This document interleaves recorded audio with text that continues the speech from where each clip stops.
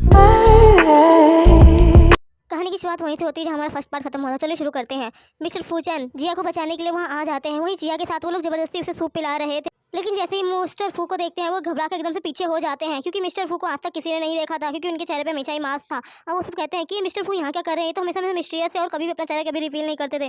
वहीं जिया तो रो रही थी, जिससे शैंग गुस्से से उसे मारने जा रहा होता है कि तभी मिस्टर फू उसके सर पर एक बोतल खींच के मार देते हैं और फिर एक और बोतल मार देते हैं, जिससे शीशी भी घबरा कर पीछे घुस जाती है। और वहीं उसके पेट पर पैर रख देते हैं और उसे धमकी देते हैं, और फिर वो जिया के पास आ जाते हैं और उसे कहते हैं तुम ठीक तो हो ना, और फिर उसे गोद में उठाकर लेकर जाने लगते हैं, जिससे जिया उसे थैंक यू कहती है और कहती है कि मैं शादीशुदा हूँ, प्लीज़ मुझे छोड़ दो और मैं तो मेरा हस्बैंड मुझे कुछ गलत समझेगा। लेकिन वो कुछ बोल पाता है, इससे पहले ही बेहोश हो जाती है। और जब हॉस्पिटल में उसे होश आता है तो डॉक्टर आकर उसे कहती है कि तुम ठीक हो, तुम्हारा बच्चा भी। तो जिया मिस्टर फू को कहती है सॉरी, मैं तुम्हें से छुपाना नहीं चाहती थी कि मैं प्रेग्नेंट हूँ। तो कहता है ये बच्चा किसका है, तो बोलती है कि अगर मैंने इसे बताया कि किसी स्ट्रेंजर का है तो ये मुझे कैरेक्टरलेस समझेगा, इसीलिए वो झूठ बोलती है कि ये बच्चा चैंग का है। तो वो बोलता है लेकिन तुम दोनों का तो ब्रेकअप हो चुका है ना, तो कहती है कि ब्रेकअप से पहले का है, लेकिन तुम चिंता मत करो, जैसे हमें डिसाइड हुआ था कि मैं तुम्हें डिवोर्स दे दूंगी तो मैं तुम्हें मेरे बच्चे के लिए कुछ भी करना नहीं पड़ेगा। जिससे फिर मिस्टर फू उससे ड्रेस के बारे में पूछते हैं, तो वो ड्रेस देखकर कहती है कि ये तो मैंने शादी से पहले लिया था। तो फिर वो झूठ बोल देती है कि ये तो मैंने ऑनलाइन लिया था और ये असली की कार्बन कॉपी है। तो फिर मिस्टर फू कहते हैं इसका मतलब ये वो लड़की नहीं है। और फिर उसे थोड़ा सा सैड फील भी हो रहा था कि तभी वहाँ पर असिस्टेंट आ जाता है और वो कहता है कि सर हमने सब कुछ कंफर्म कर लिया है, लेकिन उस लड़की का कोई अता पता नहीं मिला, और उसे वो एक कार्ड देता है। और फिर मिस्टर फूचैन कहते हैं किसी के पता करो। और फिर वहीं दूसरी तरफ हम देखते हैं फूचैन की मॉम तो अपनी बहू के लिए बहुत सारी तैयारियां कर रही थी और काफ़ी सारे महंगे महंगे गिफ्ट भी ले लिए थे कि तभी मेड आकर बताती है कि सर मैडम के साथ नहीं आ रहे, जिसकी वजह से वो थोड़ा गुस्सा हो जाती है। वहीं घर पर मिस्टर चैंग ने बिल्कुल हूबहू टैंग टैंग जैसा ही कुत्ता मंगा लिया था, जो बिल्कुल उसी की तरह दिखता था, लेकिन वो तो बिल्कुल आलसी था और वो उसे बहुत देर से नाम लेकर बुलाया था, लेकिन वो नहीं आ रहा था कि तभी जिया आ जाती है और वो अपने सामने कुत्ते को देखकर कहती है इसका मतलब मेरा टैंग टैंग जिंदा है और इसे कुछ भी नहीं हुआ। तो वो कहता है हाँ कि ये बच गया है, जिससे जिया तो खुश हो जाती है। और फिर वहीं मिस्टर फू से कहते हैं कि तुम ठीक तो हो ना। वहीं जिया खुशी से टैंग टैंग को गले लगाती है और वो उससे कहती है कि मेरा बच्चा कैसा है। और फिर वो कहती है कि अब मिस्टर फूचन मैं आप पे बोझ नहीं बनूंगी, और फिर उसे डिवोर्स लेने के लिए कहती है। और फिर वो दोनों डिवोर्स लेने के लिए जाते हैं कि तभी वहाँ पर फूचन की मॉम भी आ जाती है और फूचन को उसका नाम लेकर बुलाती है कि तभी जिया बोलती है ये कौन है, तो बोलती है हमारी कंपनी से कोई होगा, और फिर उसे अंदर भेज देता है। और फिर अपनी मॉम के पास आता है। उसकी मॉम उस पर गुस्सा करते हुए कहती है नालायक कहीं के, मैंने तुझे अपनी बहू को घर पे लाने के लिए कहा था, लेकिन तू तो यहाँ पर उसका डिवोर्स करने जा रहा है। जब तू पागल हो चुका था तब तेरा उसने साथ दिया था, उसका तेरा ध्यान रखा था। कि तभी उसे डॉक्टर की कही बात याद आती है, जिससे वो कहता है कि सॉरी मॉम, लेकिन मैं उसके साथ नहीं रह सकता हूँ क्योंकि मैं किसी और से लव करता हूँ। जिससे उसकी मॉम गुस्सा हो जाती है और वो कहती है कि अगर तूने मेरी बहू को तलाक दिया तो मैं तुझे घर से लात मार के निकाल दूंगी और प्रॉपर्टी से बेदखल भी कर दूंगी। जिससे मिस्टर फूचन कहते हैं कि मॉम मैं आपका असली बेटा हूँ। तो वो कहती है कि मेरा भले ही तू असली बेटा है, लेकिन वो मेरी बहू है और तुझे मेरी बहू को लेकर आना ही पड़ेगा, नहीं तो मैं तुझे घर में नहीं घुसने दूंगी। और उसको धमकी देने लगती है, जिससे मिस्टर फूचन कहता है ठीक है। तो वो कहती है कि ठीक है जल्दी जा और लेकर आ मेरी बहू को। लेकिन मिस्टर फूचन कहता है मैंने जिया को अपनी असली आइडेंटिटी नहीं बताई है, तो आप उसे मत बताना। तो उसने बोला क्यों, तो वो कहता है क्योंकि मैं नहीं चाहता कि उसे कोई प्रॉब्लम हो और हमारे कई सारे दुश्मन हैं। उसे उसकी मॉम भी मान जाती है। उसके बाद मिस्टर फूचन जब अंदर आता है तो जिया उसे अपनी फॉर्मेलिटी भरने के लिए कहती है कि मैंने भर दिया है। तो वो कहता है कि नहीं हम अभी डिवोर्स नहीं ले रहे हैं, हम डिवोर्स बाद में लेंगे। ये बोलकर वो उसे कंपोजिशन की फीस दे रहा था, लेकिन वो मना कर देती है। और वहीं मिस्टर फूचन अब घर आ रहा था तो असिस्टेंट कहता है कि मैडम तो आपको कच्चा खा जाएंगी सर, क्योंकि आपने उनसे प्रॉमिस किया था। लेकिन तभी जब घर पर वो पहुंचता है तो उसकी मॉम तो खुश होकर कहती है मेरी बहू कहाँ है। तो वो कहता है कि मॉम मैंने आपसे कहा था कि मैं उसे डिवोर्स नहीं दूंगा, लेकिन मैंने ये नहीं कहा था उसे अपने साथ रखूंगा। और फिर वो अपने रूम में चला जाता है। तो फूचन की मॉम कहती है अकड़ू कहीं का। और फिर वो अपनी सारी ज्वेलरी निकाल कर अपना भेस बदल कर वो सीधे जॉब के लिए लड़कियां ढूंढने लगती हैं और वहाँ पर लिस्ट लगाकर कहती हैं कि अब तो मैं अपनी बहू को लेकर आके ही रहूंगी। और फिर बहुत सारी लड़कियां वहाँ पर जॉब के लिए उस भीड़ लगाकर खड़ी थी। वहीं जिया भी आ रही थी। वो सभी लड़कियां तो जॉब के लिए मरी जा रही थी, क्योंकि वो फू फैमिली में जॉब थी और 2 मिलियन 1 मंथली सैलरी थी। तो सभी लड़कियां खुश होते हुए कहती हैं हम तो इस जॉब के लिए सूटेबल हैं। लेकिन तभी वो कहती हैं कि नहीं ये पूरी रिक्वायरमेंट चाहिए, और वो बहाने बनाकर हर एक लड़की को रिजेक्ट कर रही थी। कि तभी एक लड़की कहती है मैं तो पूरी तरह से क्वालिफाई हूँ, सब कुछ है, मेरे पास डॉग भी है। लेकिन वो कहती नहीं। कि तभी एक लड़की कहती है अरे वो लड़की देखिए बिल्कुल वैसे ही है जैसे जॉब के लिए रिक्वायरमेंट है। तभी जिया कहती है मैं। कि तभी फूचैन की मॉम खुश होकर कहती है मेरी बहू। मिखिन कहती है मेरा मतलब कि तुम ही हो बिल्कुल परफेक्ट इस जॉब के लिए। और फिर वो उसे जॉब के लिए कहती है तो वो कहती है लेकिन मेरे पास तो कोई भी वर्क एक्सपीरियंस नहीं है और ना ही मैंने कभी नैनी की जॉब की है। लेकिन वो उसे कहती है कि ज़्यादा कोई प्रॉब्लम की बात नहीं है, काम बहुत ही ईजी है। और फिर वो उसे वहाँ पर ले आती है और वो घर को देखकर कहती है कितना सुंदर घर है। कि तभी वो कहती है ये स्पेशली फूचैन की मॉम ने अपनी बहू के लिए बनवाया है।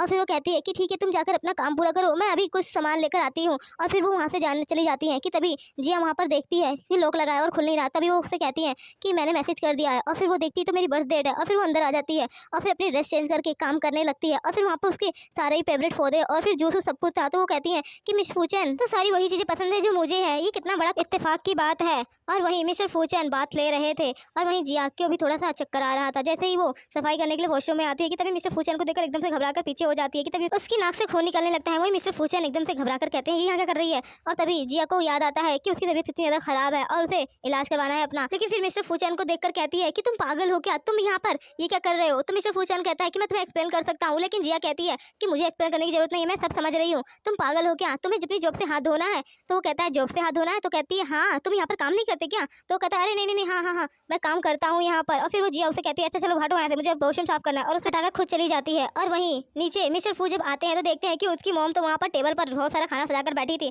और वो खुश हो रही थी। तो अपनी मम्मी को कहता है कि मॉम आपने ये क्या किया। तो उसकी मॉम कहती है कि तू मेरी बहू को नहीं लेकर आया तो मैं खुद लेकर आ गई, क्योंकि मुझे जल्द से जल्द मेरा पोता पोती चाहिए। तो मिस्टर फूचैन कहते पागल हो गई क्या मॉम, कौन सा पोता पोती। कि तभी जिया भी वहाँ पर आ जाती है और मिस्टर फूचैन के मुंह से वो मॉम सुन लेती है। तो वो भी जल्दी आकर कहती है तुम्हारी मॉम है। तो वो कहता है हाँ ये मेरी मॉम है। और फिर वो कहता है कि मॉम आपने क्या बोला था। तो कहती है कि मैं यहाँ की बटलर हूँ, मैंने तुम्हें बताया था ना, और तुम यहाँ पर पागल लड़की तुमने मुझे मेरी बहू से पहले क्यों नहीं मिलवाया। तो वो उसे डांटने लगती है। तो फूचैन की मॉम को कहती है कि इसमें फूचैन की कोई गलती नहीं है, बल्कि मैं ही हमेशा बिजी रहती हूँ। और फिर मिस्टर फूचैन की मॉम तो उन दोनों को डिनर करवाती है और कहती है कि अब जल्दी जल्दी खाना खा लो। और मैं यंग लेडी को बताया था कि तुम दोनों की शादी हो गई है, जिसकी वजह से उन्होंने कहा है कि इस यहाँ पर उनके बेटे के रूम को तुम यूज कर सकते हो, क्योंकि यहाँ पर वो तो आते ही नहीं। और फिर वो दोनों रूम में आ जाते हैं और बड़ी ऑकवर्डनेस फील कर रहे थे कि तभी मिस्टर फूचैन टीवी ऑन कर देता है। लेकिन टीवी पर तो एक रोमांटिक फिल्म आ रही थी जिसमें एक आदमी एक लड़की के क्लोज आ रहा था, जिससे बार बार कह रहा था कि मेरी तरफ देखो मेरी तरफ देखो, जिससे जिया भी बार बार मिस्टर फूचैन की तरफ देख रही थी और वही मिस्टर फूचैन जिया की तरफ देख रहे थे जो अपने कपड़े चेंज कर रही थी। वहीं मूवी में भी सारे के सारे सेडिक्टिव वाले सीन ही आ रहे थे, जिसकी वजह से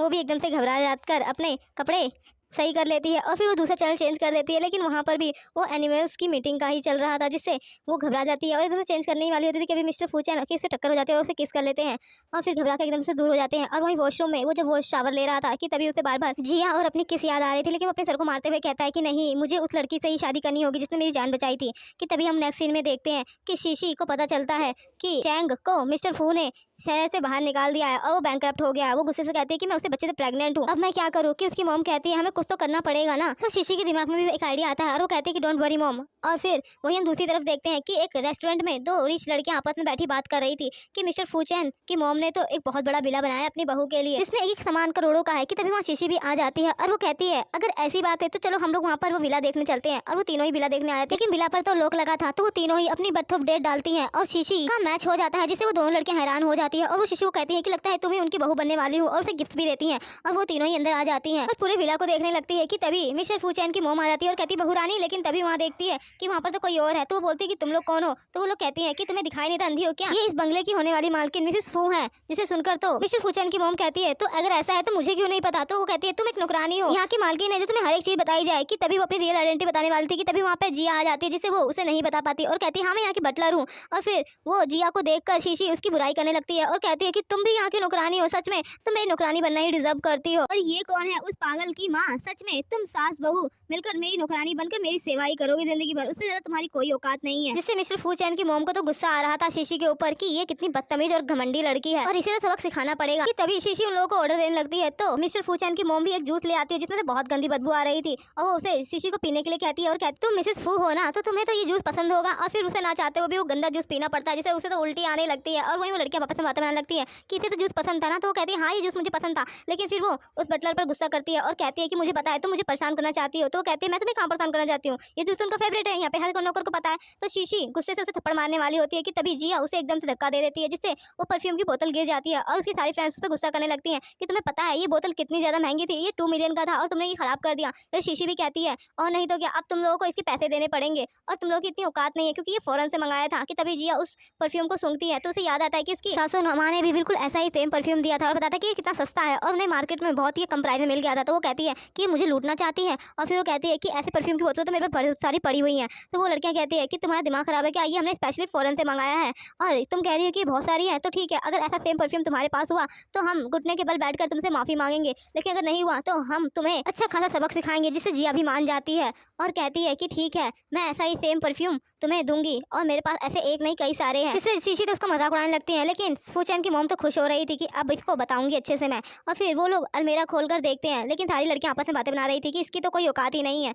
और ये परफ्यूम कहाँ से लेकर आएगी। तभी वहाँ पर शीशी बॉक्स खोलकर देखती है तो वहाँ पर सच में बहुत सारे परफ्यूम की बोतलें थी और सच में ये सारे के सारे बिल्कुल वही परफ्यूम थे और सारे के सारे एक से एक एंटी फिक्स वाले थे, जिसकी स्मेल बहुत ही ज्यादा इंटरेस्टिंग और यूनिक थी, जिसकी कीमत मिलियन में थी। तो शीशी कहती है कि जरूर इन लोगों ने चोरी की होगी, इन जैसे फटीचरों के पास कहाँ से आओगा। कि तभी मिस्टर फूचैन की मॉम वहाँ पर गार्ड्स को बुला लेती है और कहती है कि इन्हें बाहर निकालो। कि तभी शीशी मिसेस फूचैन की मॉम को मारने वाली होती है कि जिया सामने आ जाती है और उसे चोट लग जाती है। कि तभी उसकी मॉम उसे कहती है कि जल्दी से गार्ड्स को कि इसे पकड़ो और इसे अच्छे से सबक सिखाओ। और फिर वो जिया की फिक्र करने लगती हैं और फिर वहीं देखते हैं कि मिस्टर फूचैन भी घर पे आ जाती है, जिससे उसकी मॉम से गुस्सा करती है और उसे वही वीडियो दिखाती है और कहती है कि वो कौन लड़की थी और वो अपने आप को मिसेस फू क्यों कह रही थी और तुम्हारी वजह से अगर तुमने मेरी बहू की आइडेंटिटी किसी से ना छिपाई होती तो हम लोग को ये सब कुछ फेस ना करना पड़ता। और वो उस पर काफी गुस्सा करने लगती है, जिससे मिस्टर फूचैन कहते हैं चिंता मत करिए मॉम, मैं सब कुछ कंफर्म करूंगा और सबको पता लगाऊंगा, आप उसकी चिंता मत करिए। लेकिन उसकी मॉम तो उससे भड़क रही थी और गुस्सा कर रही थी और कह रही थी कि मेरी बहू को चोट लग गई। और जब वो रूम में आता है तो देखता है कि जिया को सच में ज्यादा चोट लगी थी और उसे अपनी मॉम की कही हुई बातें याद आ रही थी, जिससे उसे थोड़ा बुरा भी लगता है जिया के लिए। और वो जिया के पास आकर उसकी चोट पर मेडिसिन लगाता है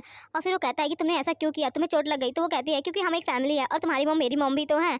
और जिसे सुनकर तो मिस्टर फूचैन को बहुत अच्छा लग रहा था कि वो उसकी मॉम की कितनी ज़्यादा फिक्र करती है। और फिर जिया कहती है कि डोंट वरी, उस मॉम ने उसे अफेंड कर दिया, मेरे पास जो कार्ड है और ये तुम्हारा कार्ड, इसमें बहुत पैसे हैं, तुम ये मिसेस फूचैन की मॉम को दे देना, जिससे वो हमारे साथ कुछ भी नहीं करेंगी और मैं उस शीशी से माफी भी मांग लूंगी। लेकिन मिस्टर फूचैन कहते कोई बात नहीं और फिर वो उसे किस करने वाले होते कि तभी उसके पास असिस्टेंट का मैसेज आ जाता है कि सर हमें उस लड़की का पर्स नेकलेस मिल गया है, जिससे हम उस लड़की को जल्द ही ढूंढ लेंगे। और इसी के साथ ही चैप्टर नहीं खत्म होता है। तो मिलते हैं नेक्स्ट एपिसोड में। थैंक्स।